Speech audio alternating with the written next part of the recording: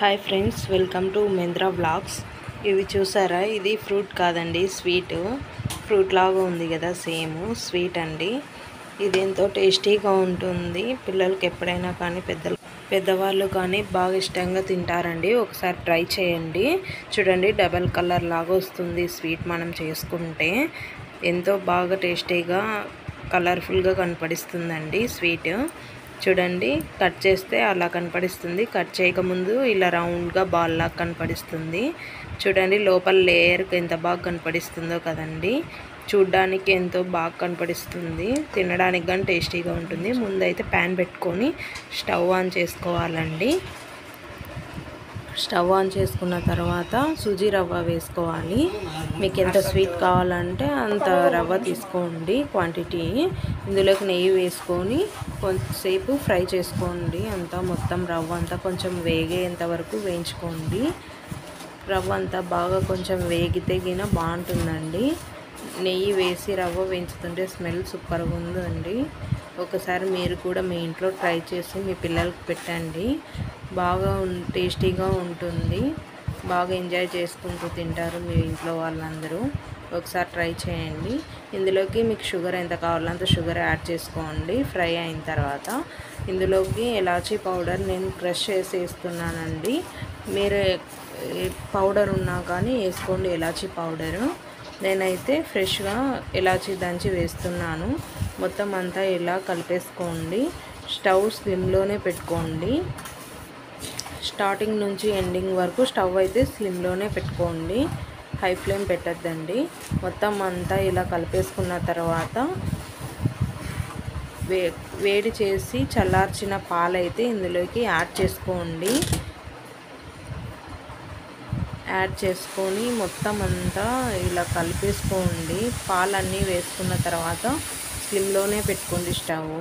ఇలా అంతా మొత్తం కలిపేసుకోండి. మీకు పాలకోవలాగా తయారవుతుంది స్వీట్ మొత్తం ఇలా ఉండలు లేకోకుండా, మొత్తం లంగ్స్ లేకోకుండా అంతా కలిపేసుకోండి. ప్యాన్ నుంచి ఇలా సపరేట్ అయిన తర్వాత హాఫ్ ఫుడ్ కలర్ వేసుకుంటున్నానండి. నాకైతే ఈ కలర్ వచ్చింది, రెడ్ ఫుడ్ కలర్ వేసినాను. నేను ఆరెంజ్ ఫ్లేవర్ వేసినాను.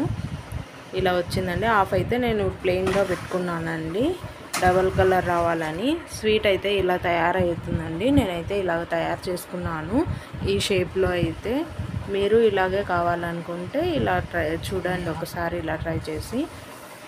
ప్లెయిన్ది మొత్తం వైట్ కలర్ ఉండే స్వీట్ అంతా ఒక చిన్న నిమ్మకాయ సైజు రౌండ్ చేసుకున్నానండి నేను. అది కొంచెం కొబ్బరి పొడిలో అంతా ఇట్లా అనుకున్నానండి.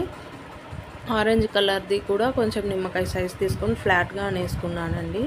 ఫ్లాట్గా అనుకున్న తర్వాత అందులోకి వైట్ కలర్ది నేను పెట్టేసుకొని రౌండ్గా ఒత్తేసుకుంటున్నానండి.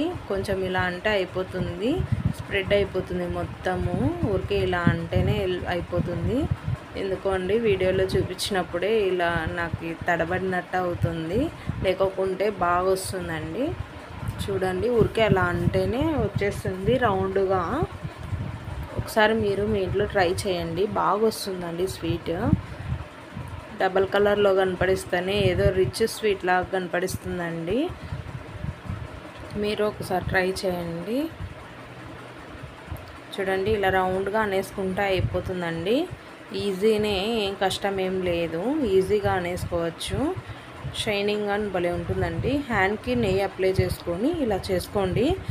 చేతికి అనేది అతుక్కోకుండా ఉంటుందండి చేతికి అనేది. చూడండి, ఈజీగా వచ్చేస్తుంది.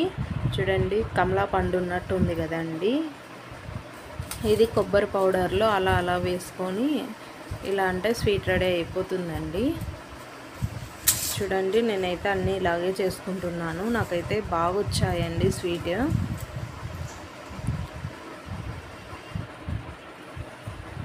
చూడండి, మొత్తం నేనైతే ఇలా చేసుకున్నాను. రౌండ్ షేప్లో నేను చేసుకున్నానండి.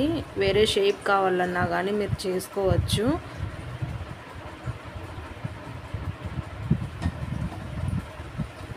ఇలానే అయినా ప్లెయిన్గా అయినా పెట్టుకోవచ్చండి. కొబ్బరి పౌడర్లో వేసుకునేది ఇష్టం లేదనుకునే వాళ్ళు ఏదైనా ప్లేట్లో సర్వ్ చేసుకుంటే గిన ఫ్రూట్ లాగానే కనపడిస్తుందండి ఇది.